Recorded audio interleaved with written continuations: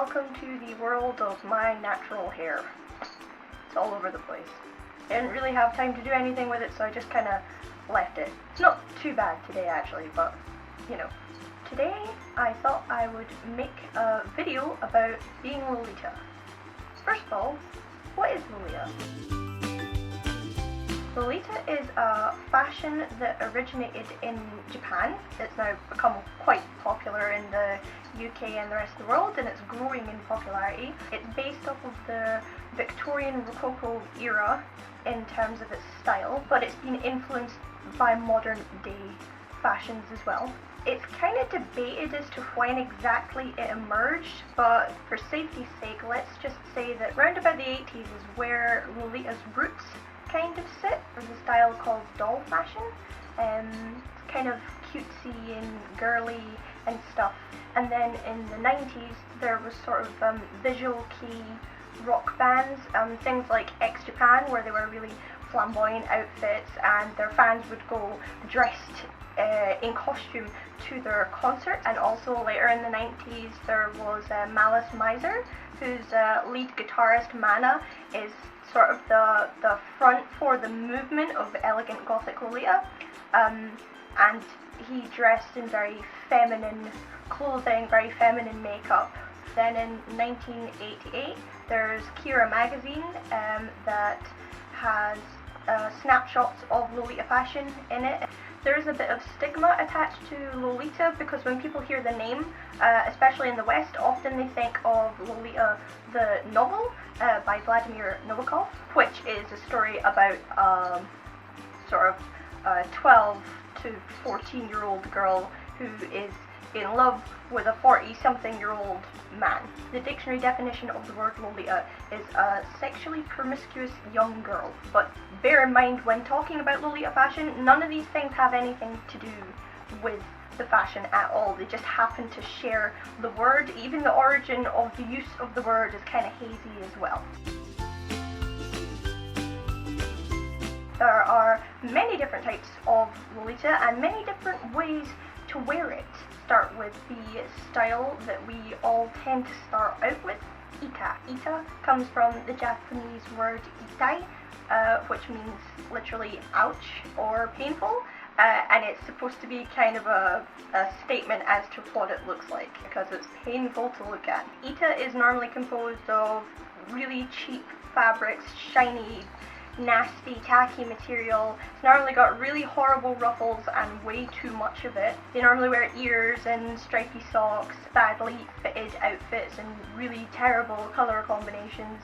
Just generally a bit confused and all over the place, and kind of how most of us start out, especially if you don't have any friends that happen to already be Lolita. Casual Lolita, classic Lolita, gothic Lolita, sweet Lolita, OTT sweet, the often forgotten punk Lolita. Then there's country, sailor Lolita, there's guru Lolita, hime Lolita, pirate Lolita, there's steampunk. This is Chinese. It's like traditional Chinese dress but in Lolita form. I have no idea how to pronounce it, so I'm not even going to try, but it's there. Then there's the Japanese version of that is wa Lolita. And of course, Lolita isn't just for girls. There are a lot of guys that do Lolita, and there's various different ways to do it. They can either be exactly the same as the girls and be Lolita, wearing the dresses and the wigs and everything else, and that's we call it Brolita. Other sort of male associated fashions that are closely linked to Lolita are things like dandy. Then there's Kodona, and there's Oji.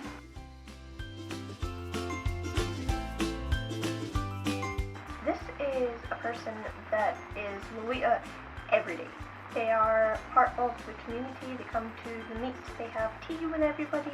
Someone who is a lifestyle Lolita is living the life as a princess. They surround themselves with pretty things and live in pretty places, and they normally adopt feminine hobbies.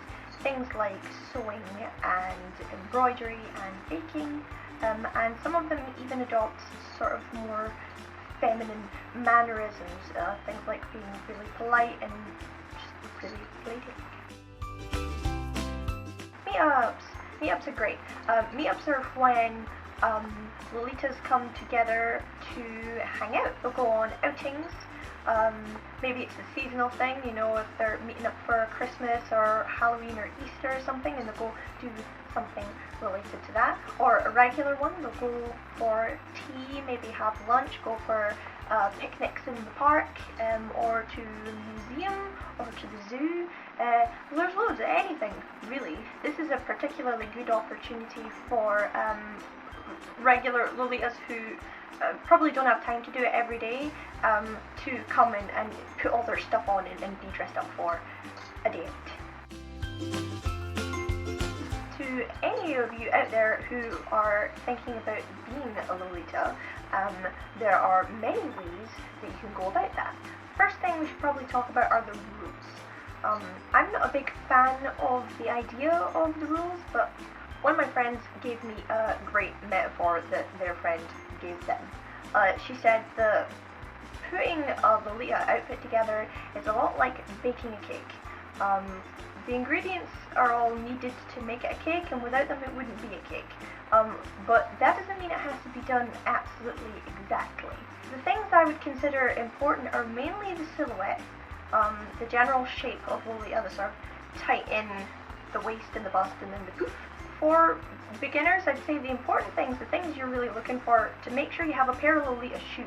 There's nowhere you're going to find mainstream shoes that are going to work with your cohort, so invest in a decent pair of Lolita shoes. If you want to get colours right, white is a really good place to start because you can't normally go too wrong with white, so make sure you got a white blouse. To make sure you've got that silhouette, petticoats.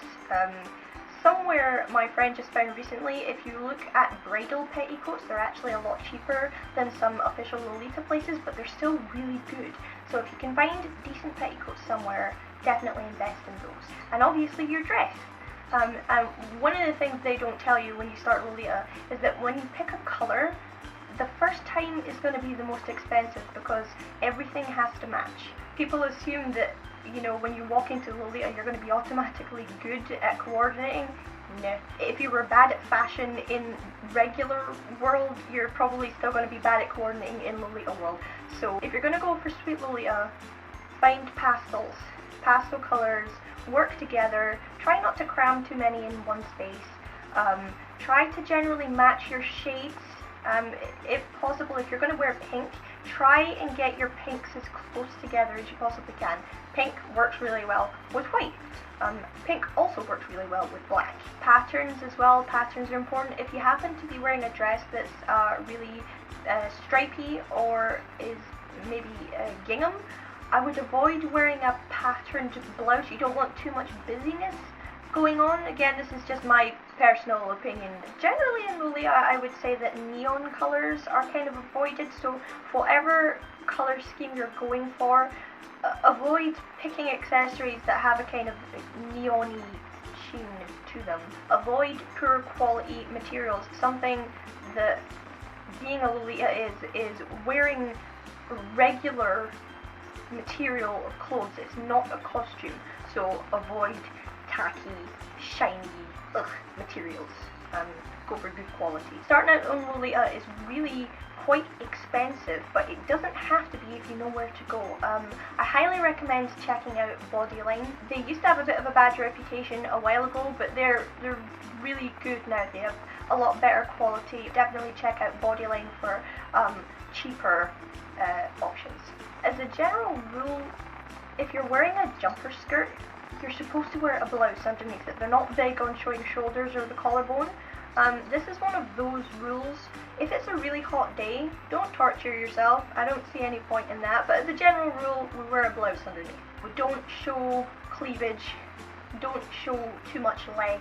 The rule about the skirt sitting on the knee, on and around the knees. You know, if it's below the knee or slightly above the knee or in the middle of the knee, no biggie, it's on the knee. I know some of my taller friends find it really hard to find Lolita dresses that will fit them properly because they're normally made for smaller people, which is another reason why Bodyline is good. They accommodate sort of Western sizes. For something all Lolitas hate. It is not related to Vladimir Nabokov's book Lolita. It is not a fetish. No, we do not have daddy issues. It's not sexual in any way. No, we're not trying to be Japanese. That's just a really weird one to me. I mean, most clothes come from different countries. Would you suggest that somebody wearing something from China is trying to be Chinese? That's just weird. No, not wearing it to get attention, or not wearing it to attract men either. It's not a kinky thing, and it's for anybody. It's for girls or for guys. You don't have to be a particular weight to wear Lolita. You don't have to be of a particular ethnicity to wear Lolita. Anybody can wear it and anybody can be cute. Well, that video needed to be done for a while, I think, but now it's done, and I hope you liked it. Please like and subscribe, and I'll see you next time. Bye. Good grief.